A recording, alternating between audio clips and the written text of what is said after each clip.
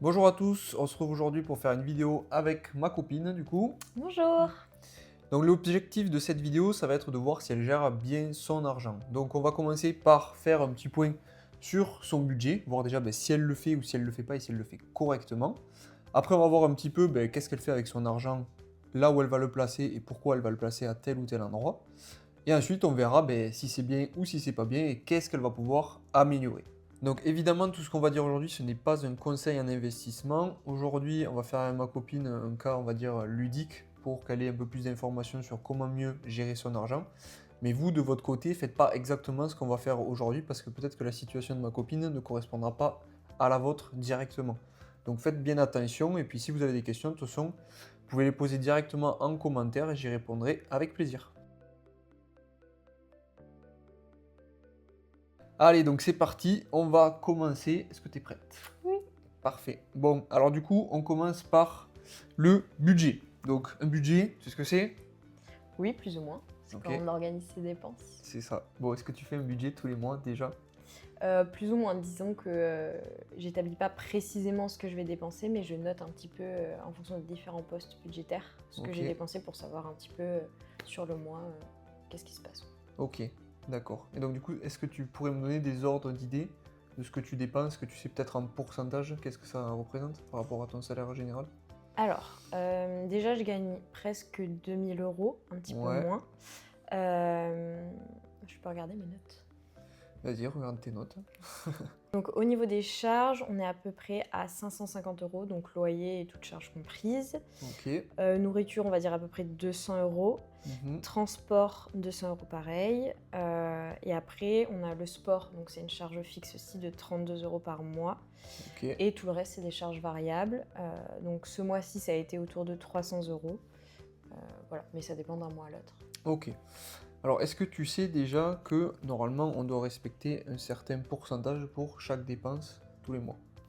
Ça, j'y fais pas particulièrement attention. Ok. Bon, donc du coup, je vais t'expliquer la règle qui, en gestion de patrimoine, on va dire, joue. Mhm. C'est-à-dire que normalement, sur ton budget, donc à 100%, tu as la moitié qui est censée être réservée à tes dépenses fixes. Ok. Donc voilà, tout ce que tu m'as dit, donc tout ce qui est loyer, les assurances, tout ce qui est essence, les courses, où tu es sûr que tous les mois, dans tous les cas, tu vas les avoir, tu pourras pas faire autrement. Mhm. Ok, donc ça, 50%, donc toi, tu as l'air d'être à peu près dans ça. Oui, il me semble que je suis presque à 1000 euros de charge fixe. Ok, donc ouais, sur 2000, donc on est à peu Ouais. près bon. Ok. Après, tu as donc du coup encore 50%, et ces 50%, ils sont divisés en deux catégories. Mhm. Tu as la première qui va être tes dépenses variables, donc là, ça va être tout ce qui est donc, tes loisirs, voilà, le sport, Mhm. le shopping, tout ce que tu vas pouvoir faire à côté. Ouais. Et la dernière catégorie, qui est les 20% restants, qui va être donc, du coup l'épargne et l'investissement. Ok. Est-ce que déjà ça, tu investis ou tu épargnes avec les sous qui te restent? J'investis pas, mais oui, j'ai des sous de côté sur mon compte épargne. Ok, ça marche. Bon, on va regarder tout à l'heure.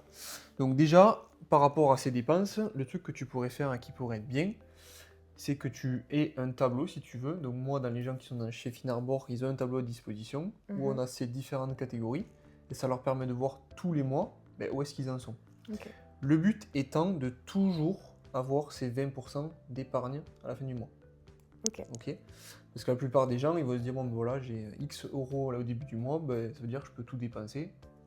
C'est pas comme ça qu'il faut raisonner. Il faut Mm. vraiment que tu aies un petit peu d'épargne de côté pour pouvoir investir, pour sécuriser ton avenir. Oui, là, de toute façon, j'ai un petit peu d'épargne, mais j'aimerais bien l'augmenter parce que là, je débute toujours juste, donc j'ai mes premiers salaires. Ok. Et là, du coup, j'aimerais bien augmenter un petit peu mon épargne. Bon, donc maintenant, on a parlé un petit peu de ton budget. Maintenant, on va Mhm. regarder, donc du coup, ce que tu m'avais dit, c'est par rapport à ton épargne. Nous, c'est sur ça qu'on va se focaliser avec tes 20%. Mm. Donc aujourd'hui, tu as à peu près 20% d'épargne tous les mois. Ouais. Ok, donc ça déjà, c'est la première étape. Mm. Si tu n'as pas ça, on ne peut pas aller plus loin. Pour tous ceux qui nous regardent, déjà faites un petit point avec ce qu'on vient de dire. Vous regardez donc toutes vos dépenses avec vos revenus et vous regardez que vous ayez bien ces 20% pour investir. Donc, dans mon cas, ça équivaut à peu près à 400 euros. C'est ça, à peu près. Sachant que ces 400 euros, il ne faut pas se dire, bon, si je les ai, tant mieux, si je les ai pas, tant pis. Il faudrait que, par exemple, tous les débuts du mois, tu prennes ces 400 euros, que tu les retires, comme ça, tu es sûr que tu ne les as pas. Mm, mm. Parce Parce que c'est pas compliqué. Si un jour tu vas aller au restaurant, tu sais que tu as 600 € sur le compte, tu te dis bon bah, ça va, je suis tranquille, j'ai des sous. Ouais.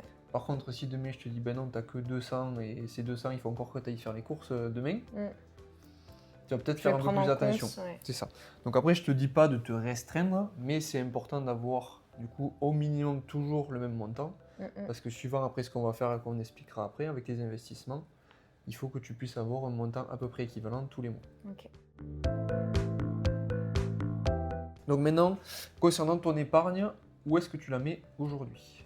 Je le mets sur mon compte d'épargne à la Banque Postale. Ok. Est-ce que tu sais quel compte tu le mets? Sur quel compte? Le nom du compte? Non. Tu sais pas? Est-ce que ça te parle, livret A? J'ai un livret A, mais c'est pas là-dessus que je le mets. D'accord. C'est quoi? Un livret développement durable et solidaire peut-être? Je sais pas. Tu sais pas? Non. Bon, faudra qu'on regarde ça sur ton appli bancaire. Dans tous les cas, tu as plusieurs types de comptes dans ta banque, on va dire, et certains vont être plus ou moins rémunérés. Ok. Donc déjà, tu as ton compte courant, donc c'est le compte où tu as ta carte bancaire, ici qui est rémunéré à 0%. Donc imaginons tous les mois, tu vas recevoir ton argent sur ce compte automatiquement. Si tu laisses cet argent-là, tu gagneras rien. D'accord? Donc l'argent que tu as ici sur ce compte courant, c'est uniquement de l'argent qui va te servir mensuellement. Ok. Tout ce qui ne te sert pas, ça sert à rien de le laisser dessus parce qu'il ne va pas te rapporter d'argent. Ok. Donc déjà, à partir de là, tout ce qu'il y a ici qui est en plus, on va dire, tu te dis, imaginons aujourd'hui tu as 2000 € sur ce compte, tu sais que tu me l'as dit, tu dépenses pas 2000 € tous les mois. Non. Donc ça sert à rien d'avoir plus de 2000. Ok. Maintenant, où est-ce que tu vas mettre ces sous-là? Tu vas les mettre donc du coup sur des livrets A, livrets DDS qu'on appelle. Donc ça c'est des livrets, donc c'est des placements si tu veux qui sont sécuritaires. Tout l'argent que tu vas mettre dessus, tu vas forcément pouvoir le récupérer un jour avec minimum ce que tu as mis. Il n'y aura pas de volatilité. D'accord? Donc tu mets 100 €, tu reviens dans 2 ans, il y aura au minimum 100 €. D'accord? Et en plus de ça, tu as un petit rendement qui est très faible, qui va te permettre d'avoir un petit peu d'argent en plus. Sauf que, donc la plupart des gens, sur ces livrets, ils vont se dire, ah ben super, je vais gagner, imaginons, 2% par an. Ouais. C'est ton cas, donc du coup, par exemple, donc ça il faudra qu'on vérifie, mais donc tu vas gagner 2% par an. Donc tu te dis, bon ben super, je vais pouvoir mettre le maximum dessus, comme ça je gagne 2%, c'est mieux que 0. Alors, oui, mais non. Est-ce que tu as une idée de pourquoi oui et pourquoi non? C'est pas lié à l'inflation? C'est ça. Est-ce que tu sais à peu près l'inflation, qu'est-ce que c'est? Oui, plus ou moins, c'est quand le coût de la vie devient plus cher. C'est ça, c'est ça. Et en fait, si tu veux, le coût de la vie, on peut le quantifier. C'est-à-dire que l'inflation, souvent, va être plus élevée que tes livrets. Oui. D'accord? Donc en fait, quand on te dit que tu vas placer de l'argent sur un livret et que tu vas gagner de l'argent, en réalité, tu vas essayer d'en perdre le moins possible. Tu vois? Super. Donc imaginons que tu as ton livret qui travaille à 2% et que tu as l'inflation à 4%. En réalité, donc tu vas gagner 2% via ton livret, mais en fait tu vas quand même perdre 2% parce que tu ne seras pas au niveau de l'inflation. Donc tu vas perdre moins de pouvoir d'achat parce que du coup l'inflation va faire que ton pouvoir d'achat va réduire au fur et à mesure du temps. Mais c'est mieux que d'être à zéro et de là carrément perdre encore plus. Ok.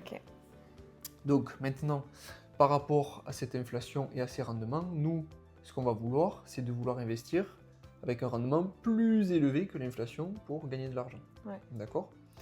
Donc aujourd'hui, l'idée, c'est que donc, du coup, tu as ton compte courant avec un petit peu d'argent pour vivre. Tu as tes livrets, mais tes livrets, ils vont servir uniquement à une chose, ils vont servir d'épargne de précaution. Est-ce que ça te parle? C'est-à-dire si j'ai besoin d'argent directement, je peux le récupérer assez rapidement? C'est ça. En fait, cette épargne de précaution, en général, c'est de 2 à 5 mois de salaire. D'accord? Et ça, c'est de l'argent où tu vas absolument rien faire et tu n'y touches jamais, sauf vacances, achat, voiture, je sais pas, des trucs comme ça, ou loisirs. Cet argent-là, si tu veux, il est bloqué, il est vraiment en cas de galère ou en cas de dépenses que tu as prévues pour un truc X ou Y. Mais ça va pas être de l'investissement, c'est-à-dire c'est de l'argent que tu vas pouvoir retirer à n'importe quel moment. Maintenant, une fois que cette poche d'épargne de sécurité est réalisée, tout l'argent que tu as en plus, ça sert à rien de le laisser sur ça, puisque je t'ai dit que tu ne peux pas perdre sur du long terme de l'argent. Donc là, il va falloir l'investir ailleurs. Ok? Voilà, donc maintenant c'est ce qu'on va regarder. Très bien. Donc maintenant qu'on a vu un petit peu donc, sur quoi tu avais déjà ton argent, maintenant on va commencer à investir. Mais déjà, je vais commencer par te faire prendre conscience de la puissance de l'investissement. Ok. Parce que donc du coup, toi dans ton cas, donc on a vu c'était à peu près 400 € par mois qu'on va essayer de mettre de côté. Donc déjà, il va falloir que tu aies ton épargne de précaution. Ouais. Donc ça, on va regarder déjà si tu l'as ou non. On la créera. Et ensuite, on va commencer à investir. Ok. D'accord? Mais je vais te montrer comment, avec ces 400 €, on va pouvoir créer un patrimoine. Parce que souvent les gens ils disent bon bah avec 400 € je vais pas devenir riche, c'est pas grand chose. Alors certes tu vas pas devenir riche du jour au lendemain évidemment, mais avec le temps tu vas pouvoir gagner beaucoup d'argent et c'est ce qu'on va regarder maintenant. Allez donc c'est bon, on est sur un logiciel ici qui va nous montrer donc des prévisions sur des investissements avec ce qu'on appelle les intérêts et les intérêts composés. Donc les intérêts déjà tu connais? Plus ou moins. Plus ou moins. Donc en fait, si tu veux, quand tu vas placer de l'argent sur un placement, tu vas être rémunéré avec ce qu'on appelle un intérêt. Ok. Donc par exemple, ça peut être 5% d'intérêt par an. Et donc ça, c'est l'argent que tu vas toucher parce que tu as déposé de l'argent sur ce placement. Ok. D'accord? Donc évidemment, il y aura des frais, etc. avec l'impôt. Mais ça, on ne va pas rentrer aujourd'hui dans le détail. C'est vraiment pour que tu comprennes un petit peu comment ça fonctionne. Donc aujourd'hui, j'ai fait comme si on partait de zéro. Et je vais te montrer qu'est-ce que ces 400 € par mois pourraient donner dans le temps. Et là, tu vas vraiment comprendre l'intérêt d'investir et d'investir aussi sur du long terme. C'est pour ça que je t'ai dit qu'on va essayer d'avoir 400 €, mais on va essayer d'avoir 400 € tous les mois. Et pas faire de temps en temps, bon, mais je vais mettre un petit peu ce mois-ci ou autre. Ok. Donc là, sur ce simulateur, tu vois, j'ai mis le capital initial. Donc si imaginons on commence demain, on a 400 €. Ouais. Tous les mois, on aura 400 €. Oui. Ok, donc là, je vais mettre, imaginons, hop, 10 ans. Tu vas faire pendant 10 ans ça. Ouais. Et on va faire un taux d'intérêt de 5%. Donc 5% qui va surperformer l'inflation. Ok. Mais 5%, ce n'est pas énorme. Ok. Ouais. C'est un placement qui, certes, va te rapporter de l'argent, mais ce n'est pas un placement énorme en termes de rendement. Ici, intervalle de versement des intérêts, je vais mettre tous les 12 mois, donc tous les ans, tu auras tes intérêts qui tomberont. Okay. Sachant que là, je vais pas mettre directement 400 € en épargne active, vu que je vais mettre des sous aussi sur mon épargne de sécurité. C'est ça. En fait, pour le moment, tu vas déjà créer les deux pôles que je t'ai dit. Donc, ton compte courant, donc ça, évidemment, ça c'est bon. Ton épargne de sécurité, et après viendra ça. Et en fait, il faut que déjà tu comprennes pourquoi tu vas faire ça, parce que souvent les gens vont te dire bon ben ok, il faut que tu investisses. Pourquoi faire? Toi tu te dis ben, j'ai 400 € tous les mois, je pourrais aller au resto, je pourrais aller faire des activités de fou avec mes amis. Si t'as pas derrière un objectif, tu te dis ah ben oui, si je fais ça tous les mois, ben dans 10 ans peut-être que j'aurai ça. En fait, toi peut-être que tu vas préférer utiliser ces 400 € pour faire X ou Y chose. C'est ça. Donc après, évidemment, tu fais ce que tu veux. Moi, je t'explique la vision de création de patrimoine. Parce que nous, on va conseiller pour des gens qui veulent s'enrichir. Évidemment, après, c'est libre à chacun de faire comme il veut de ce qu'il fait avec son argent. C'est ça. Donc, imaginons, donc, comme on l'a fait, donc 400 € aujourd'hui, 400 € d'épargne mensuelle. Donc, évidemment, ça sera quand tu commenceras, imaginons. Ouais. Et donc là, on va faire horizon de placement 10 ans. Donc, aujourd'hui, tu as quel âge? 24. 24, donc d'ici 34 ans. Si on regarde les prévisions, tu vois, tu auras épargné 48 000 €. Donc 48 000 € quand même, qui est une belle somme. C'est important. Ouais. Si tu veux faire par exemple un achat immobilier quand tu seras un peu plus âgé, eh bien, 48 000 €, ça pourrait être un apport pour faire un crédit, pour t'acheter une maison. Ouais. Donc plutôt intéressant, sachant que l'apport maintenant est quasiment obligatoire pour faire des crédits dans les banques. Donc si tu n'as pas d'apport, il va falloir le créer. Ça peut être une solution pour créer ton apport. D'accord? Et donc là, on peut voir juste dessous 12 000 € d'intérêt, ce qui n'est vraiment pas négligeable. Tu vois. Donc là, on voit vraiment ici l'écart. Donc forcément, au début, ça va te ramener un petit peu d'argent petit à petit. Et puis au fur et à mesure, c'est exponentiel. Est-ce que tu sais pourquoi c'est exponentiel? Parce que la somme que je vais mettre, par exemple, le premier mois, elle sera moins importante. Sauf que le mois d'après, j'aurai la somme du premier mois plus l'intérêt que j'aurai gagné durant ce premier mois, et ainsi de suite. Et du coup, les intérêts vont grossir. C'est ça. Est-ce que tu connais le nom de ce concept? Non. Ok. Donc c'est les intérêts composés. Ok. En fait, c'est exactement ce que tu as dit. Tu vas investir par exemple 400 €. Au bout d'un certain temps, tu vas avoir 410 euros. En fait, sur les 410 euros, ben, ces 10 euros, ils vont eux aussi travailler l'année d'après. Et Ouais, donc, du coup, ils tout à vont eux aussi te faire un petit rendement.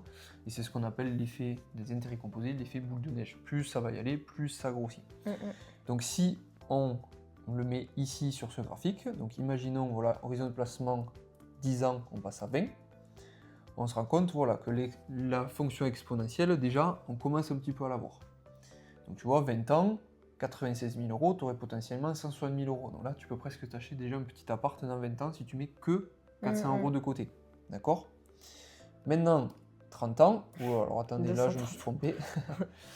30 ans, donc là, on voit vraiment la différence. On monte à 320 000. Et si on monte à 40 ans, donc 40 ans, on voit vraiment une énorme différence.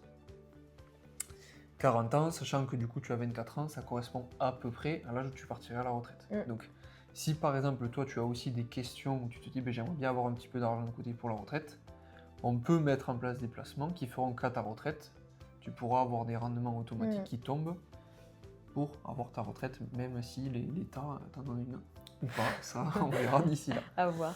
Voilà. Donc, tu vois ici que si on met 400 euros à vie, on va dire toute ta vie, tu pourrais avoir voilà, un demi-million d'euros sur un compte X ou Y. Donc ça dépendra sur quoi tu vas le placer.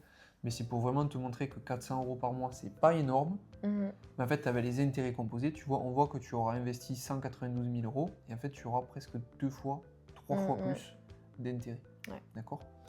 Sachant qu'on travaille que à 5%. Donc maintenant, je vais te faire arriver un petit peu. Donc là, on a dit 40 ans. Donc imagine à ta retraite, tu mets ça tous les mois. Tu as un demi-million. Ok? On passe à 6. On rajoute presque 200 000 euros. Ok. On passe à 7. On fait plus 400 000 euros. On passe à 8. On est à beaucoup plus, à 1 250 000. Et tu vois qu'à chaque fois, l'écart est de plus en plus important. Parce qu'en fait, 1% de rendement par an, sur 40 ans, la différence, elle est énorme. Et donc, en fait, on se rend compte que si on place correctement ton argent avec une vision long terme, avec des frais faibles pour pas que ça vienne grignoter justement ce taux d'intérêt-là, puisqu'évidemment, si tu places à 8%, mais que tu as 2% de frais, alors certes, tu feras 8%, mais si tu as 2% de frais, ben, c'est comme si tu faisais moins. Ok. Et donc, en fait, si tu veux, si tu places correctement ton argent avec des intérêts qui correspondent à ton profil de risque et à tes objectifs, d'ailleurs, tu peux vraiment, tu vois, créer un patrimoine très, très, très important à partir de sommes qui sont, entre guillemets, pas très élevées. D'accord? Donc, évidemment, là, pour ceux qui nous regardent, on a mis un horizon, voilà, donc à peu près retraite. Là, pour l'exemple, évidemment, il y a des gens qui vont dire, oh, mais la retraite, je m'en fous d'être millionnaire. C'est totalement OK.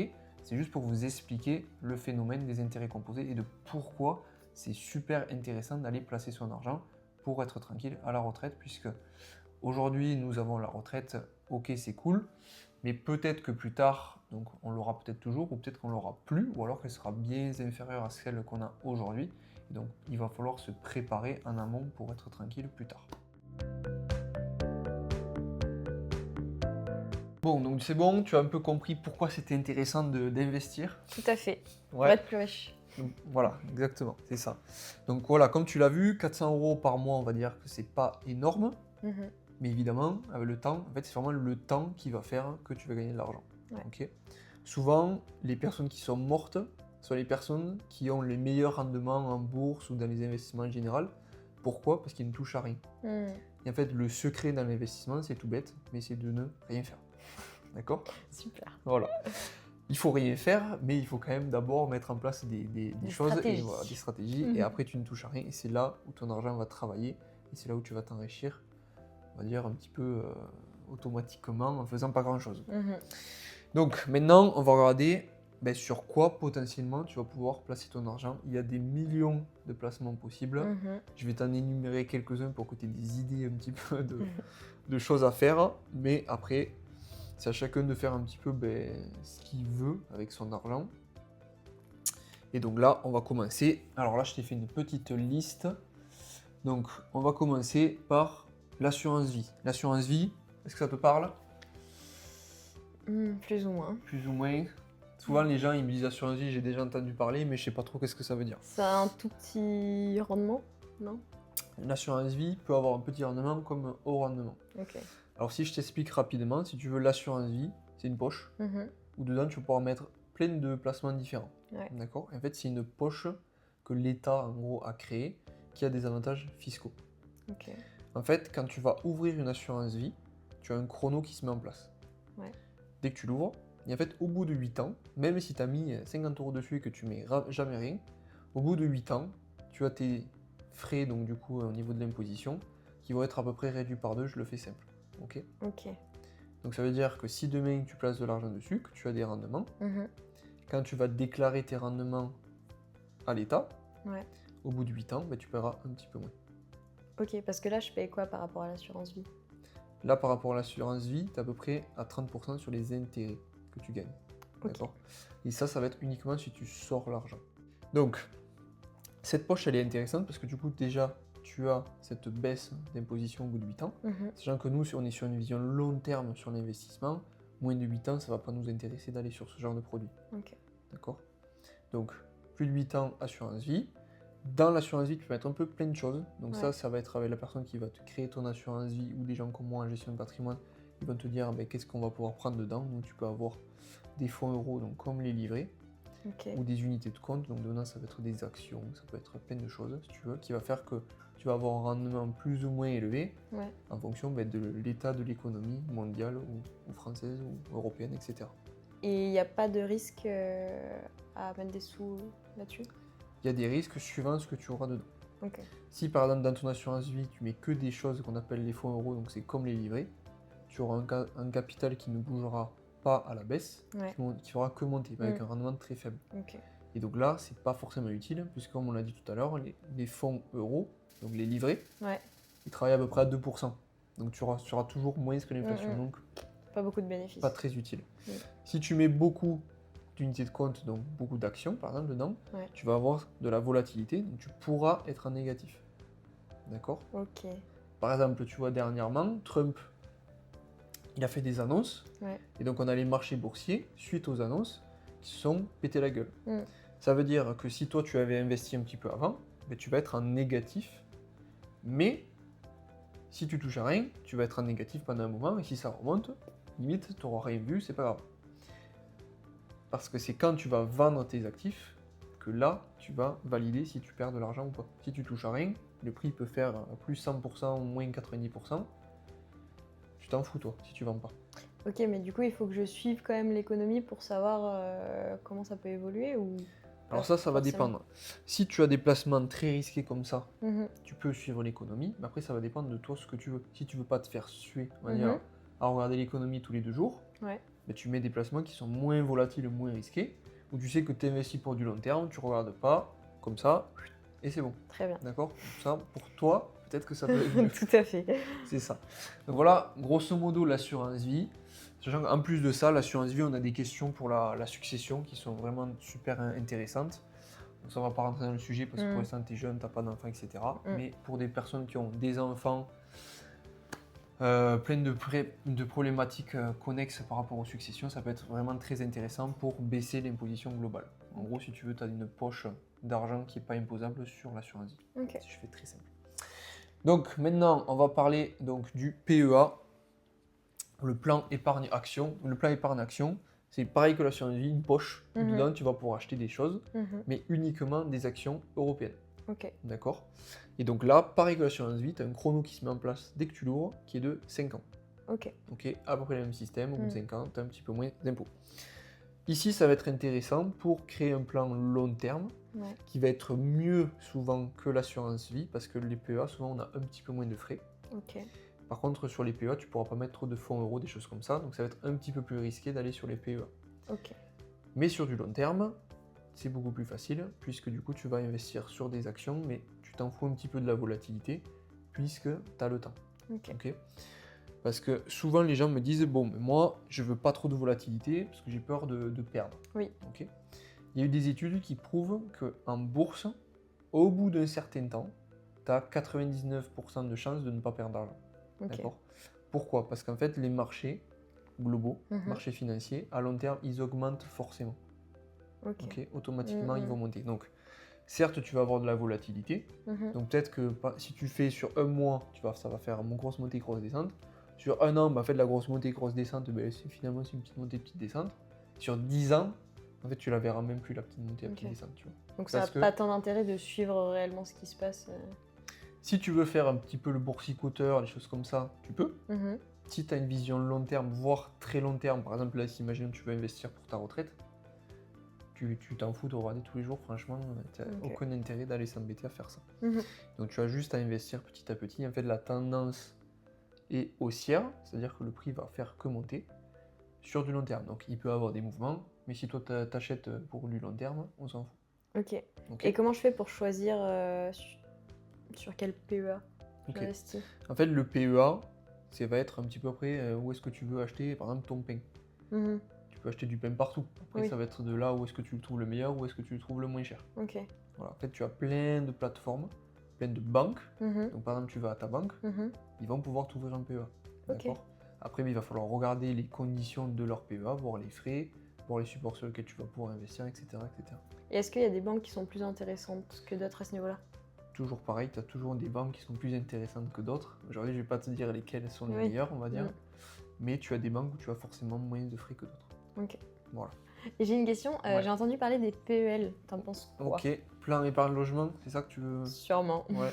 Alors ça, les gens font ce qu'ils veulent, mais je conseillerais à personne d'avoir ça, parce qu'en fait c'est un produit qui a été créé il y a longtemps, avec des avantages si tu veux, où tu vas pouvoir avoir des taux d'intérêt pour faire un prêt immobilier Mhm. moins élevés que ce qu'il y a actuellement. Ouais. Sauf qu'en fait à l'époque c'était ça, sauf que maintenant en fait les prêts qu'on va pouvoir avoir grâce à ton PEL sont quasiment les mêmes que ceux que tu auras avec des prêts normaux si tu vas à la banque demain. Ok. Sauf que sur ces PEL, tu as des rendements qui sont très faibles. Donc en fait, toi, tu vas mettre de l'argent sur ce PEL Mhm. en te disant, bon, ben ouais, un jour, je vais pouvoir faire un prêt avec un taux de fou super intéressant. Puis en fait, tu te retrouveras avec un taux qui sera pas forcément super intéressant par rapport à ce qui se fait. Ok.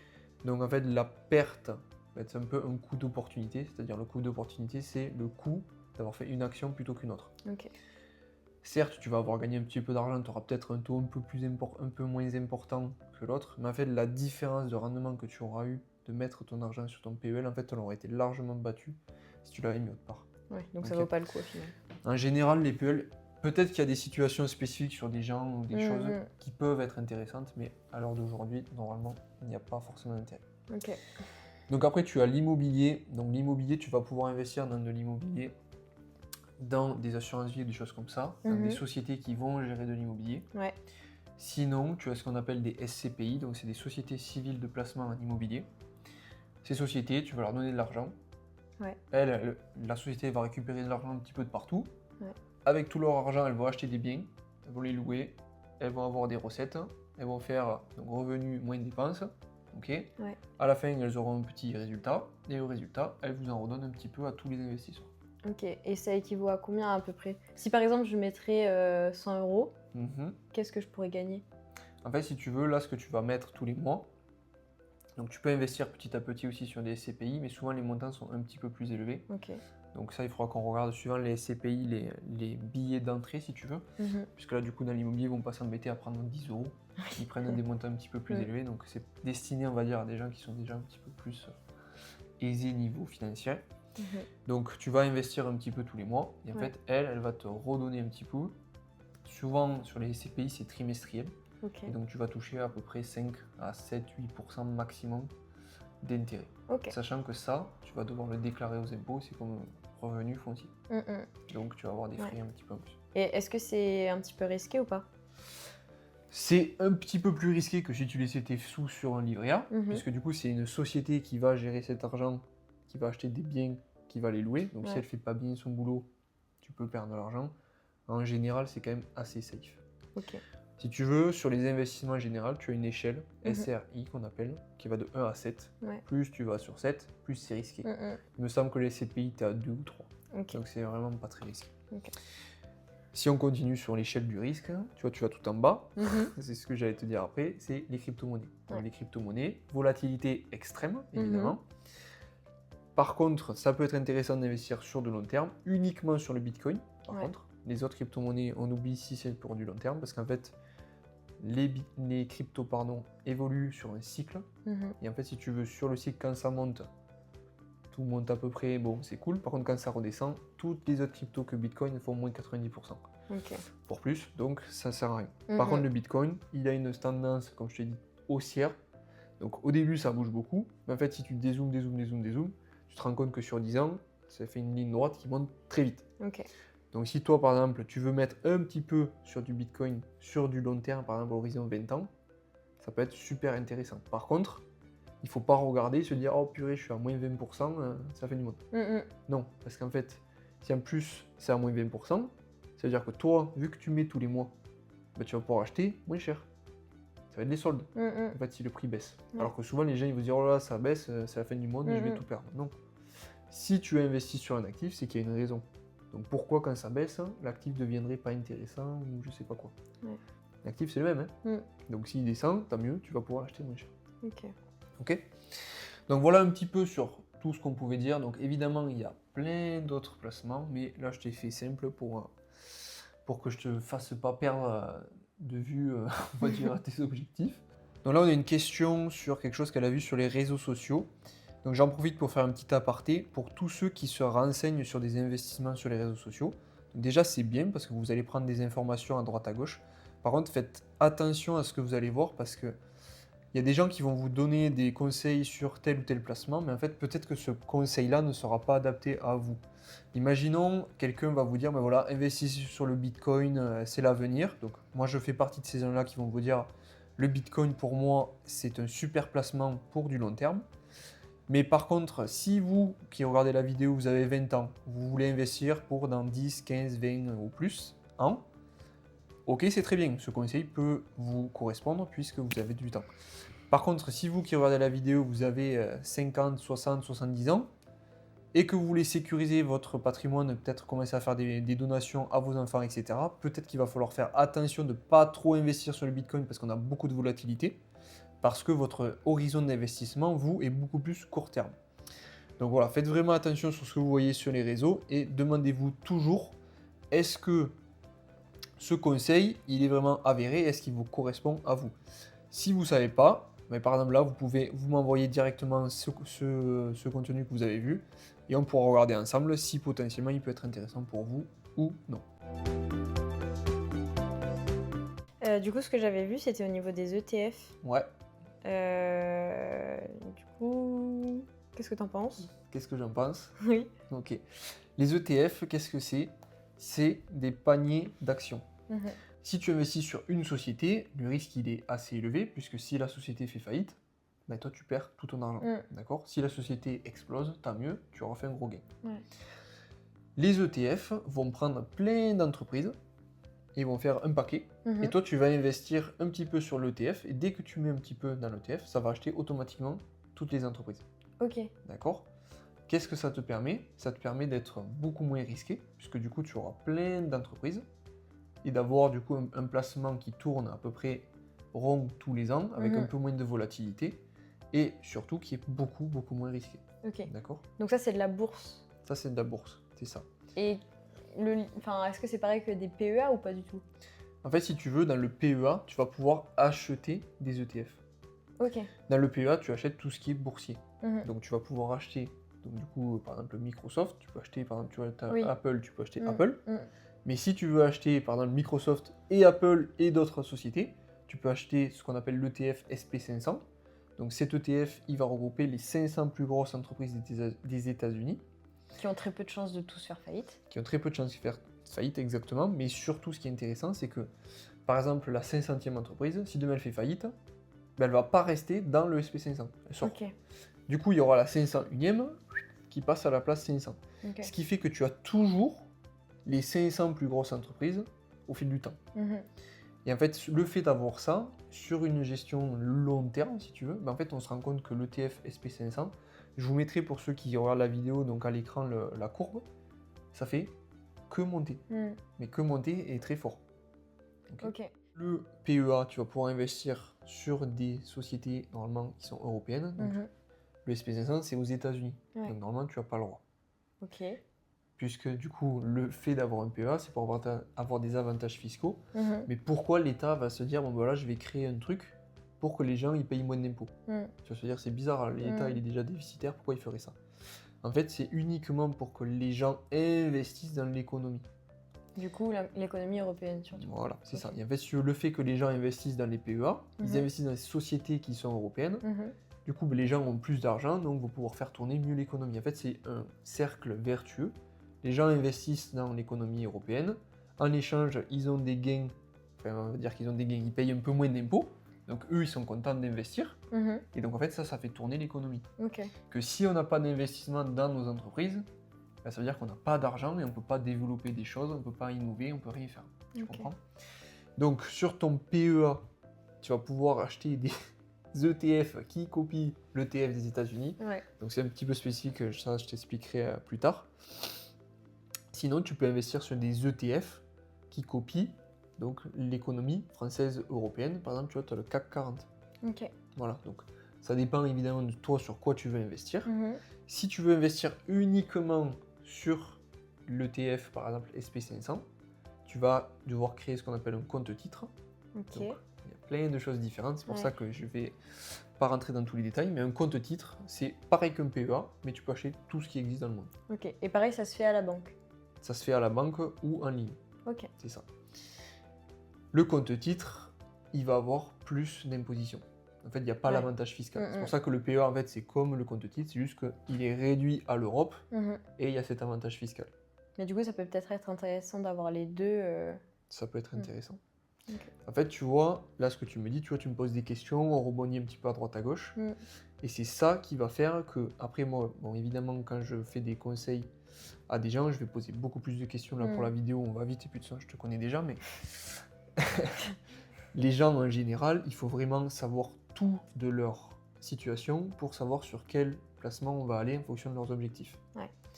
Toi, tu me poses plein de questions, on va pouvoir creuser plein de pistes différentes et on va pouvoir couper tes 400 euros en plusieurs placements. Tu n'es pas obligé de mettre 400 euros sur un truc. Ouais. Tu peux mettre 400, donc tu peux mettre par exemple 100 sur un PEA, tu peux mettre 100 sur une assurance vie, 100 sur de la crypto et 100, je ne sais rien, sur autre chose. Ok. Ça va dépendre de chaque personne et de leurs objectifs. Ok. D'accord?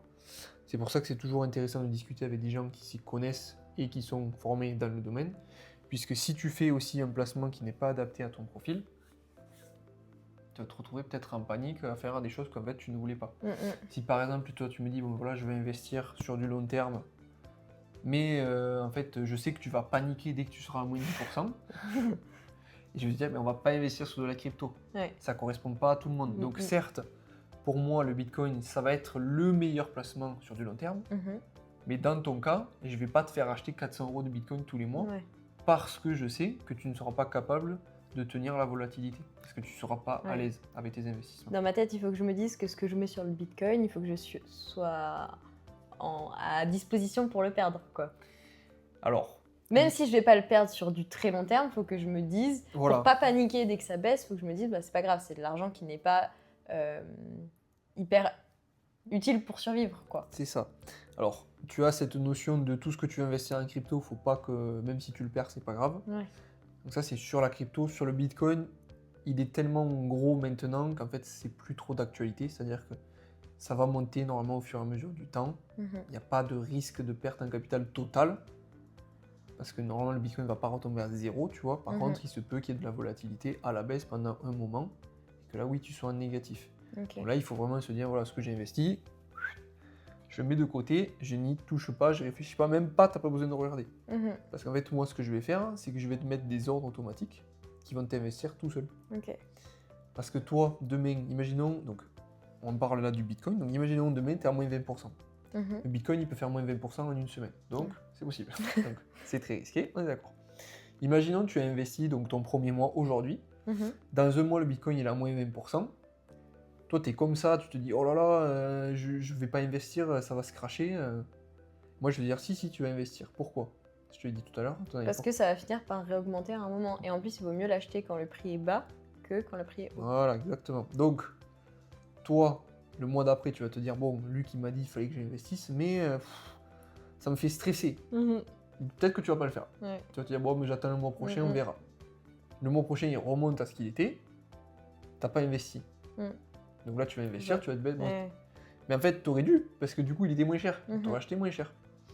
la différence avec l'ordre automatique. Tu sors cette notion de réfléchir à tes investissements. Ça se fait tout seul. T'as pas besoin de réfléchir, tu le fais. Et c'est pour ça que justement au début, je t'ai demandé si tu avais vraiment un budget clair, parce que ces 400 euros, si moi je te mets en automatique tous les mois, il faut qu'ils soient là les sous. Si tu les as pas, c'est pas bon. Ouais. Ok? De toute façon, sur les premiers mois, je vais garder un petit peu de sous pour mettre en épargne de sécurité. C'est ça. Voilà, mais là c'est dans l'histoire du long terme, où après tu auras tes investissements qui sont quadrillés. L'investissement aussi, je te le mettrai au début du mois. Ouais. Comme ça, tu n'auras pas la possibilité de venir récupérer cet argent. Mais c'est uniquement si tu as déjà ton épargne de précaution de prête. Ouais. Puisque pour les gens qui regardent, si vous voulez investir, c'est très bien, mais si vous n'avez pas votre épargne de précaution, ne le faites pas. Pourquoi? Parce que si demain vous avez besoin d'argent pour acheter une voiture, pour aller en vacances, je ne sais pas quoi, vous n'allez pas retirer l'argent que vous avez sur vos investissements. Parce que si vous êtes en négatif, pourquoi vous allez retirer alors que c'est le moment plutôt d'acheter? Vous comprenez? Donc vraiment, l'investissement, c'est du long terme, vous n'y touchez pas. L'épargne de sécurité, c'est ce que vous avez à disposition, uniquement. Donc parfait, donc on va en rester là pour aujourd'hui. On essaiera de refaire peut-être une vidéo où je t'expliquerai plus en détail certains placements. Comme ça au moins, ceux qui ont des questions aussi, vous pouvez les poser en commentaire. N'hésitez pas d'ailleurs à laisser un like si ça vous a plu.